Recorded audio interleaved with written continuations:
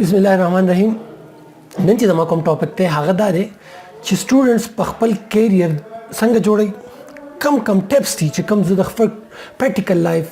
نه د نن د پی ایچ ډي فور چې کوم زما ایکسپیرینس دی د هغې په بیس باندې زه سټوډنټس ته یو څو ټیپس ورکوم. که چېرې تاسو دا فالو کړل نو انشاءالله یو ویل بی سکسسفل ان یور کیریئر تھرو آؤٹ انشاءالله. نو ما چې کوم پوینټس دي د لایف ایکسپیرینس نه په هغې کې اولنی دا دی چې موږ له چېرته هم د پبلک اوپینینز باندې تللی نه دي پکار چې خلک دا سبجیکټ خوښوي، سبا به زه ډاکټر شم، سبا به انجینیر شم، خلک به راته ډاکټر وایي، خلک به راته انجینیر وایي. چې دا چیز زموږ د ذهن نه ووته نو موږ سټوډنټس کامیاب کیدای شي. او بل دا چې موږ له چېرته هم د چا د امپریس کولو لپاره سبجیکټ سلیکشن نه دی پکار، بلکې موږ له هغه سبجیکټ سلیکټ کول پکار دي چې د هغې دپاره زموږ په باډي کې جینز وي، د هغې مطلب په هغې کې موږ ته اساني وي، هغه سبجیکټ چې په هغې کې مونږ خوشحالي فیل کوو، په هغې کې مونږ ایزینس فیل کوو، ایزي فکې فیل کوو، نو داسې سبجیکټ مونږ ته سلیکټ کول پکار دي. نه چې ډاکټري انجینیري وغیره دا ربش آیډیا ده، کمپلیټ ربش آیډیا ده دا چې یو کس ډاکټري یا انجینیري دې لپاره کوي چې ما ته خلک سبا ډاکټر وایي، انجینیر وایي. دې نه علاوه د دې مثال داسې دی لکه اوس مای ته چې ووایې چې په ونه وخېږه، نو دا انتهایی یو غلط سوچ دی چې مونږ د پبلک اوپینین په بیس باندې کورس سبجیکټ سلیکشن کوو. نو پوینټ دا شو چې د خلکو د پبلک اوپینینز باندې به چېرته هم نه چلېږي،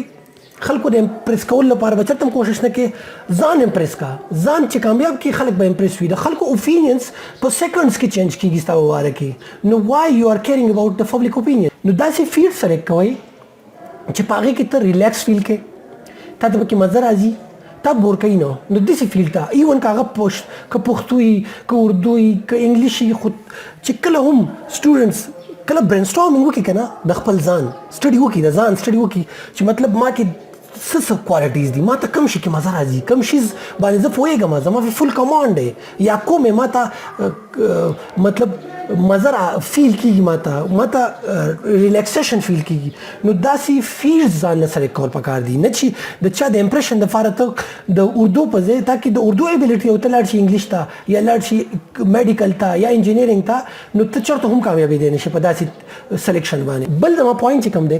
هغه دا دی چې اکثر سټوډنټس ایئرز کلونه ضایع کوي د یو سبجیکټ د سلیکشن لپاره. نو زما خپل د ایکسپیرینس په بیس باندې زه سټوډنټس ته دا وایم چې ځان ته یو پلان مه ږدئ چې زه به آی ویل بي ډاکټر یا آی ویل بي ان انجینیر آی ویل بي ساینټسټ اور سمثینګ. سو تاسو لا یو پلان نه دی پکار په لایف کې، دا لایف ډېر شارټ دی، دا به په انتهایی په ویل پلان سره چلوئ. نو زما خپل سجیشن دا دی سټوډنټس ته چې ځان له پلان اے، پلان بی، پلان سی پکار دی. پلان اے مطلب دا چې ستا فرسټ پریورټي څه شی دی. فار ایگزامپل ته انجینیرینګ ته تلل غواړي، نو فرسټ پریورټي پلان اے ستا دا شو چې انجینیرینګ ته به ځم. خو هغه یو کوټیشن دی چې هوپ فار د بیسټ اینڈ بی پریپیئرډ فار د ورسټ. نو موږ لا د ښه امید پکار دی او د ورسټ سچویشن دپاره موږ لا پلان پکار دی چې موږ لا که فار ایگزامپل زما انجینیرینګ دپاره پلان اے دی، نو پلان بی زما سره فار ایگزامپل انجینیرینګ ونی شي، نو موږ ما له به کارونه ضایع کول پکار دي، که ما له نیکسټ چې په ما کې د کوم شي ایبیلیټي دی یا کوم شي زه کولی شم هغې له ما نه تله پکار دي. نو د دې مطلب دا دی چې موږ له پلانس پکار دي، پلان اے، پلان بی، پلان سی. چې زما سره پلان اے، پلان بی، پلان سی، نو ما نه به چېرته هم کال نه ضایع کېږي، چېرته به هم زما زه په کیریئر کې ډسټرب کېږم نه. نو موږ له سټوډنټ ته دا انتهایی یو غلط منټالیټي ده زموږ په سټوډنټس کې، خاص کر چې مونږ انجینیرینګ کې سټوډنټ ونه وته بس everything is finished, nothing. No, this everything is not finished. You have a lot of options in your life and you should go and you should select anything else. او بل پوینټ دا دی زما د لایف ایکسپیرینس نه چې د چا څه سوچ وي که نه الله هغه ورکوي، چې څومره چې ستا څه قسم سوچ هم وي الله هغه ورکوي. څنګه ورکوي؟ زما د لایف ایکسپیرینس ته وایم، زما خپل پلان دا و چې زه به پی ایچ ډي کوم. زما سره ډېر سټوډنټ دي کلاس فیلوز چې هغوی به چا به وایي زه به په داسې جاب کوم چې په هغې کې زه ماښام کور ته راځم. زه الحمدلله په پی ایچ ډي کې یم اوس، هغه کومو کسانو چې چا وي چې زه به جاب کوم په جاب دي چې چا وي چې زه به په کور پرتې ماښام راځم په کلي کې جاب کوي نو مطلب دا چې الله سړي له د هغه د سوچ مطابق هر شي ورکوي نو د الله نه د ښه تصور ښه امید ساتل پکار دی او موږ له د هغې مطابق پریپریشن پکار دی اوس فرض کوي سټوډنټ وایي چې ما خو پلان A پلان B پلان C